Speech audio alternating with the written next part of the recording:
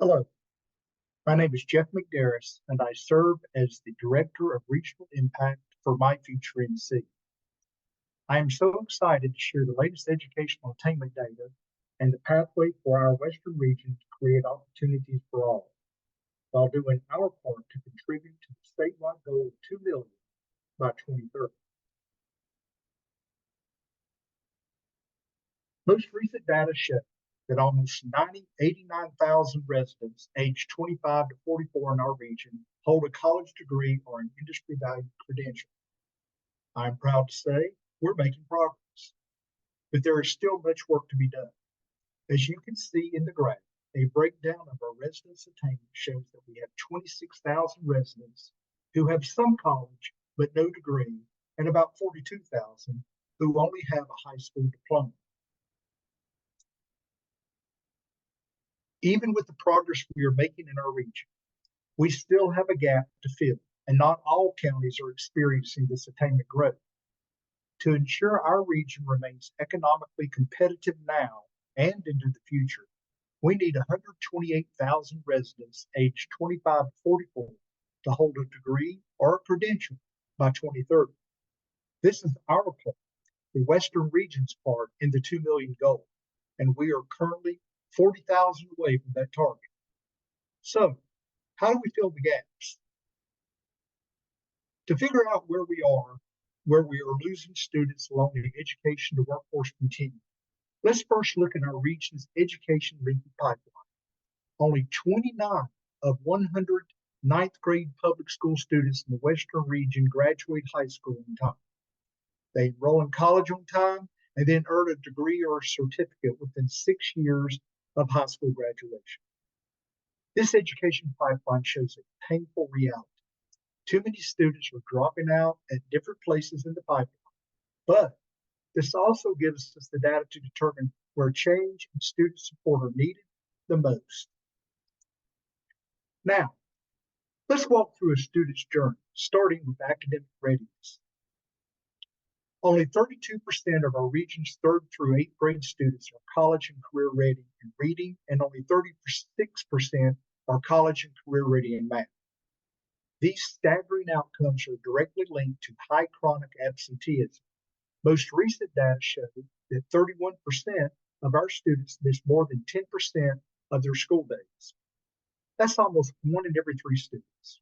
And as we know, chronically absent students are much more likely to drop out of school.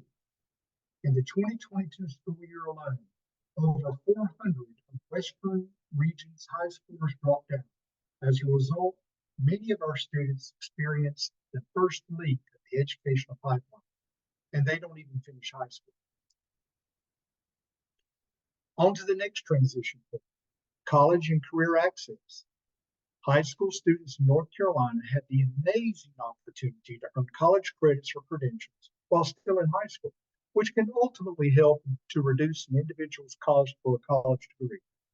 They do this by enrolling in College and Career Promise, or CCP. In the Western region, over 4,000 graduates participate in the College and Career Promise program. These students are opening doors for their future, whether it's college next or straight to a career. Another important step in college affordability is the completion of the FAFSA, or the free application for federal student aid. This is required to unlock federal and state need-based grant opportunities, as well as many scholarships. During the last FAFSA cycle, 60% of Western seniors completed a FAFSA application, which is lower than the statewide average. We are leaving money on the table for our region students, so it's important that we encourage every student to complete the FAFSA as an important first step toward college enrollment. The last leak in the pipeline is workforce alignment.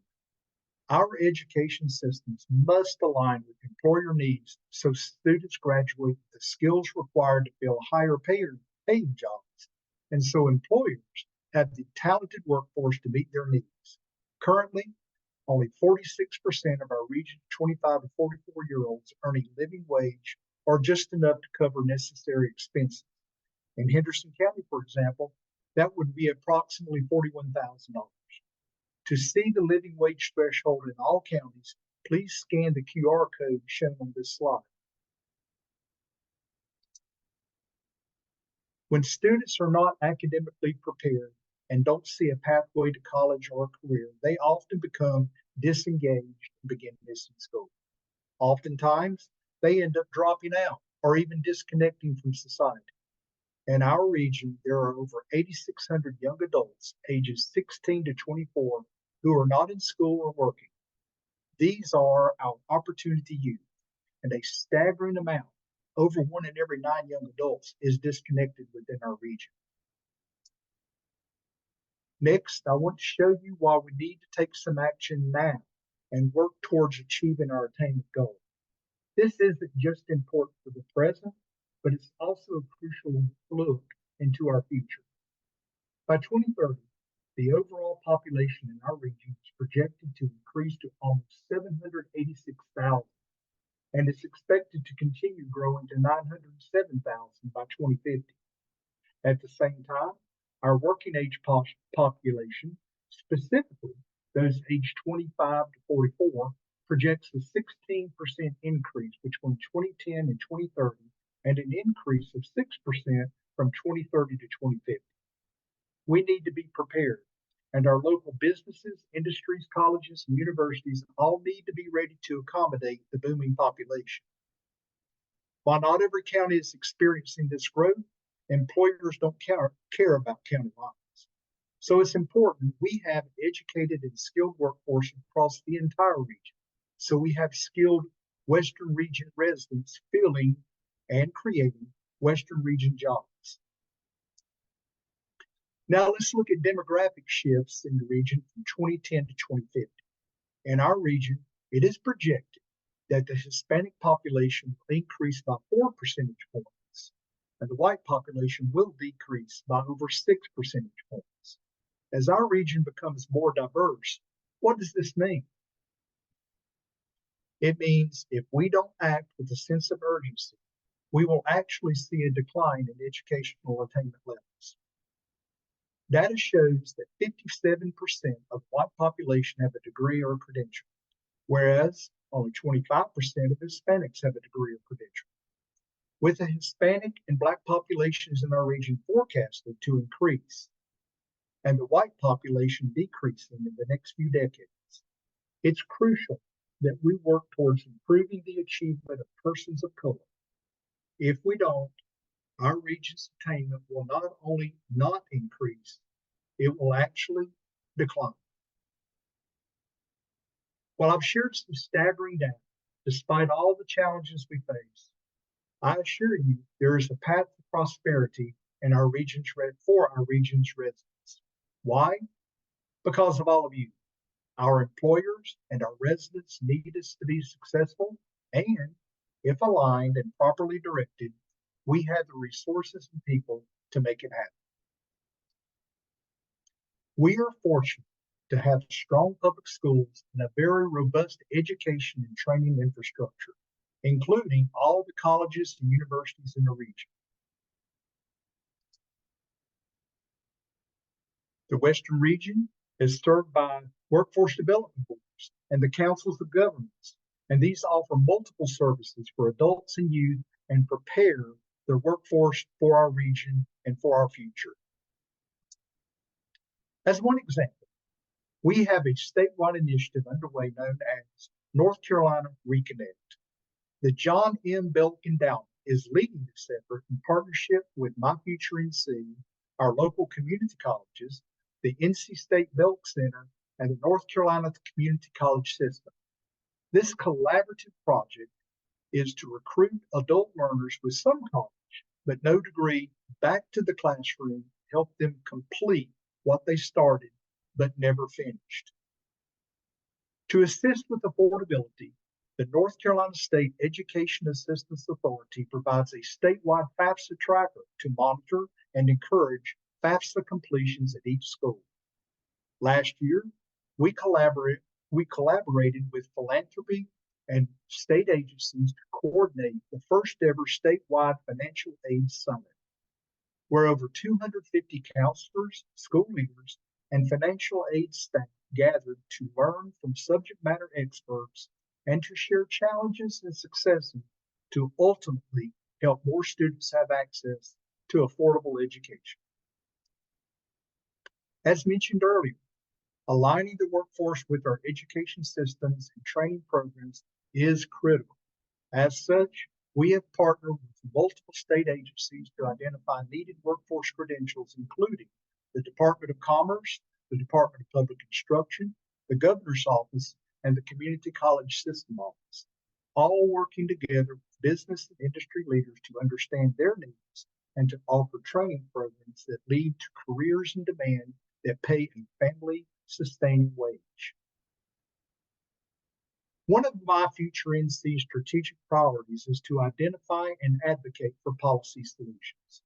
Our board has adopted the policy agenda shown here for the General Assembly's 2024 short session.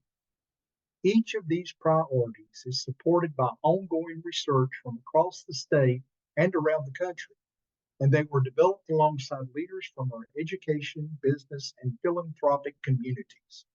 On the right-hand side of this chart, it shows where these priorities were identified based on their potential to move the needle on one or more of the three areas in which myFutureNC is placing big bets: on-time enrollment and persistence, adult learner enrollment and persistence, and labor market alignment.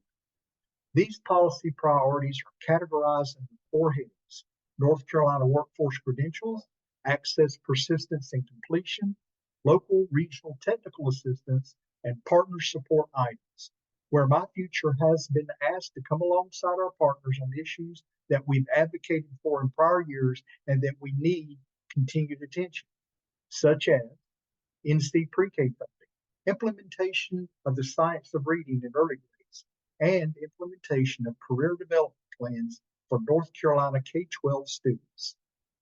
Looking at the chart in front of you, we are first excited to build on the successes of the North Carolina Workforce Credentials Initiative, which has identified more than 150 short-term non-degree credentials that are industry valued by North Carolina employers, meaning they connect to strong employment opportunities in high demand, high growth jobs that pay a family sustaining wage. In order to build on that success, we'll advocate for the work of this initiative to be supported permanently within the Department of Commerce, and for more financial aid to be provided to students pursuing industry valued credentials. Non-degree training is not currently eligible for federal Pell or state need-based grants, and students often cannot afford this training even though employers need workers with these credentials. We'll also be asking for increased support for work underway to develop a warehouse to better track employment outcomes tied to these credentials. Second on the policy agenda is access, persistence, and completion, where we'll be advocating for targeted assistance to help students persist and make it across the finish line to their credential or degree. Our third policy recommendation is for local regional technical assistance, where we'll be advocating for funding to support grants that can spur local innovation by leveraging cross-sector community collaboratives. We invite all of you to join us in our advocacy efforts this year in whatever way is best fit for you. And as always, we hope that you'll consider us a resource. We're always happy to come alongside you in your efforts to engage your community in support of educational attainment. I want to close with what gives me hope. You do, and our students do. The leadership, the strong partnerships, and the passion in this region, coming together and collaborating and aligning our resources towards a common North Star, keeping students and employers at the center of everything we do. This keeps me going, and it gives me hope. The future of this region depends on our collective success, and we cannot afford to fail. Shown here are just a few examples of the cross-sector collaboratives underway all across the region. It is my honor and privilege to serve myFutureNC in the Western region and to work with you. I now offer up a challenge to each of us to turn this important mission into a movement for our region and our great state. our students, and our businesses are counting on us. Let's all ask ourselves, what can we do that we cannot do alone? And then let's act. With every key stakeholder working collaboratively and aligning efforts toward our region's North Star, we can and we will meet our region's goal of 128,000 and the state's attainment goal, 2 million by 2030.